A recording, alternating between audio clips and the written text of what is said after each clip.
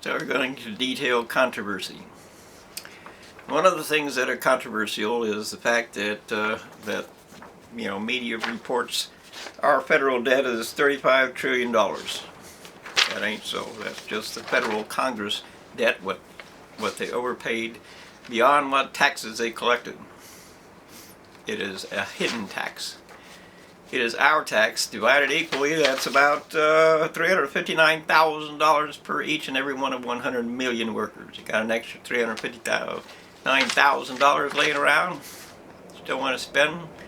Well, that's what they overspent. That's what they made you responsible for. And that's just the federal government. Doesn't include state governments, doesn't include what you put up for debt. It's a tragedy of endless grief. So let's just assume that we have to change. Let's assume that rather than know that, because if you refuse, we're going to all die. That would include me too. Can't kill the world without killing all the life in it. So what we have to do is accept our reality, accept the consequences of who we are and what we are and what has been done, and know that there are twice as many people in the world today as there was 50 years ago. Twice as many. It's not the same world. It's not going to be the same world. There's nothing about this world that's going to remain as it was 50 years ago. It's not the same world. The world has changed because of humans. Nothing else. It's not some kind of grand scheme against you or something. You did it.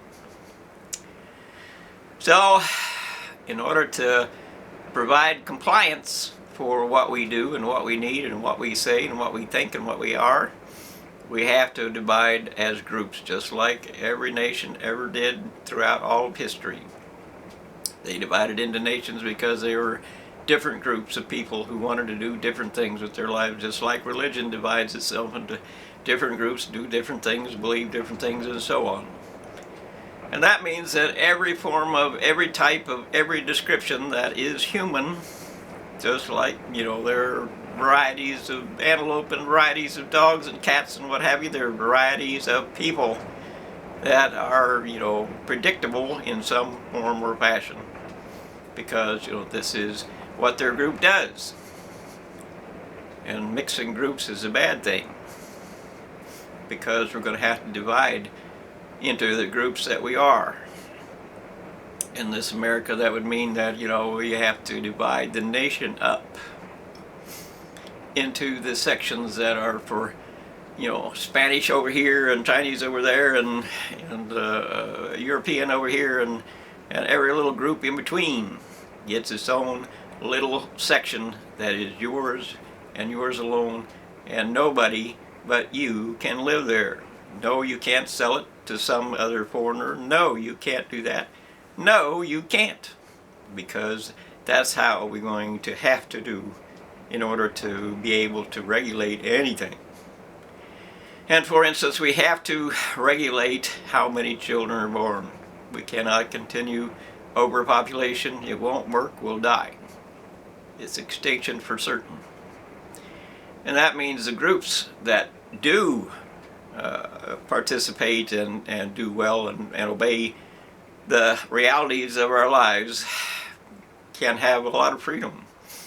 And those who do not obey the rules and continue to have children beyond what they can support and beyond what this world can survive will have to be enclosed in their own little border. And that would include machine guns all around or whatever it takes to keep them there, to enforce the fact that you did it to yourselves. You fix it yourselves. This is not our problem. You fix it. You did it. And those are just the simple truth of it. And yes, there are mixed races, and yes, that's unfortunate. And yes, the problem is that every different group creates more competition, and more competition is what we must remove. We don't need more competition. it's a problem, and a big one.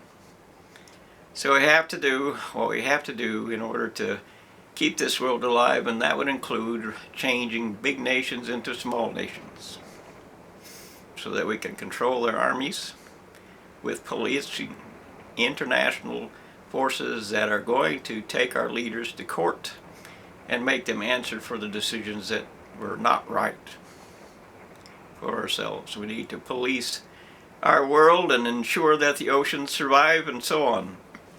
Everything that life is about has to be dealt with, and we can't deal with it as one big group.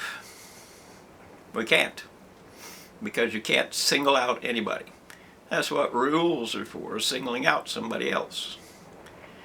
And that's why they're always bad. But when we get to the end of the world, and we get to the end of life, and we're looking at either you obey or we all die, it comes down to you have to obey. You have to accept the fact that, things have changed. This is not the world that you grew up in, or I grew up in. It's not.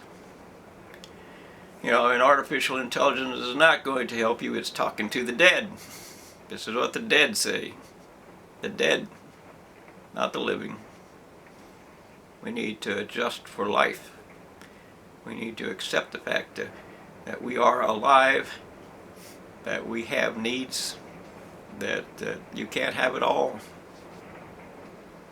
that we have, disciplines that we have to obey, laws that we have to create, all of it. Just all of it. So, anyway, this is about the end of what I had in mind to tell you. You can scream or cry or shout or ignore or whatever you want to do, because, it's your choice. It's your choice to kill the world or to stop the world from dying. It's your choice. Because as a majority, if we don't all work together, that's what, we're going to end up with the cost of what we all do together. And unfortunately, there are a lot of hate out there, and a lot of people that can kill our world, our lives, our everything, and are trying desperately to do it before we stop them. And we have to stop them. We have to. It's not a choice. It's a reality.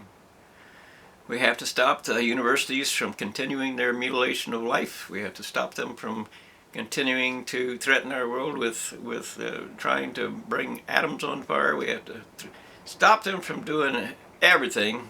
It's propaganda, media, the control of government, the disgrace of democracy, stealing everything they can get their damn hands on. All of it. We have to stop them, because we don't have a choice. And I'm here because we don't have a choice today. I think with Reagan just now supported by who knows how many people for an attempt that cannot be, your world has changed. You have not been able to, you can't go back. You can't go back. You have to accept life as it is. And there are those who will just yell and shout and say, I'm stupid, or whatever it is that you want to believe, because that's what people do. When they want to make war against you, first they ridicule you and gossip about you and make all kinds of threats against you so that they can feel out whether or not they have support. And if they have enough support, then they can get out weapons and kill you. And if they don't have enough support, then they hide from that after a while. But unfortunately, as with Nazis in Germany past, and 1,000 other nations throughout all of history, Japanese, and it's constant. This is what men do. It's constant. This is what men do. They go to war. That solves their problem for the moment, they think. And they're happy for the first few moments. But after that, all they have is destruction and death and starvation and thirst and everything else, and it can't be rebuilt. And there's nothing here left to get for them. It's all been destroyed. and they like to do it anyway because they figure they don't have a choice. Well, you do have a choice. You do. You don't have to do what some damn former classmate tells you to do. Even if he points a gun at you, point a gun back. Even if they demand that you release nuclear missiles, refuse. It's your world too. And it's our world too. And we don't need to have anybody destroying it. And that includes all those who try. And yes, religion is going to say, well, God will do it. It's His job. It's not our job. It's His job. We don't have to do nothing. That's what religion says. We don't have to do nothing. We just have to believe and throw a little money in a plate for a collection so that we can prove that we paid our insurance bill. Well, it ain't that simple.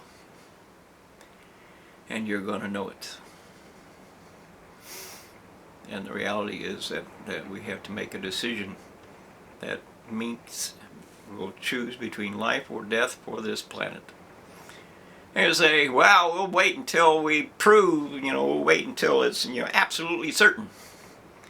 But when it's absolutely certain, you are extinct. Or you're on the path to extinction beyond which you can turn back. And that's very close. Because every chain of life is threatened and every chain of life is being crucified. And without them, the living things you eat won't be here to eat. You'll die. And all the poisons, you'll die. In a big earthquake and you'll die. And Yellowstone eruptions, a lot of people will die. Well, maybe that would be better for us. Take out a lot of people. So, is that what you want? No, it's not. You have to do better. So, I'm not here to lead you. That's not my job. I wouldn't be here telling you this if you could learn anything. But of course you cannot. You refuse to read, you refuse to think, you refuse to acknowledge the fact that being wrong has a consequence. That's what you do. And, you refuse to believe that a gun won't solve your problems. It won't. It just makes more. Cost of everything for everybody all the time throughout all of history, it just costs more. So we're going to look at women to see if you can rise to the point where you can make laws for life and society and world. Can you? I doubt it, but I hope. But the end result is that once we start, this is just a start, and now you have to do something of value to make that happen. You can't just assume that everything will be done for you. You cannot do that. It will not just be done for you. You have to do it. You have to rise up and make a decision that you're going to do the best you can for life and world. That's your job. That's what you get to do. And the fact of the matter is, when we go bankrupt in whatever form it is, whether by war or by whatever, it doesn't matter. You're going to have to work with that. You're going to have to deal with that. It's coming because you cannot avoid it. The university stole everything in this nation, and they threw it all in the trash, or they gave it away to every foreign nation they could find, so they could just be proud. There's endless amounts of failure. Just endless amounts of failure. You want what you want, but you can't have it anymore. You can't go driving your vehicles everywhere you want to go because, with 8.2 billion people driving a car, we consume enough resources, enough fuel to consume the amount of oxygen 150 billion people need to survive you know, in a year. And you're not 150 billion. We're going to run out of oxygen. Believe it or not.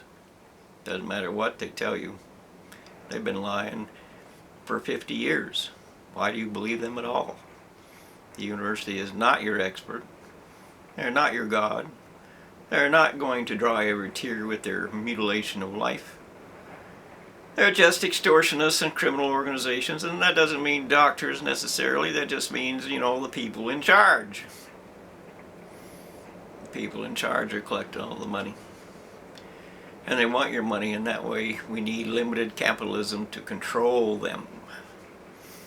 We vote on how much money they get to have, or possessions they get to own, or things like that. We take back our world, because stolen money is stolen money. And we don't have to let them keep it.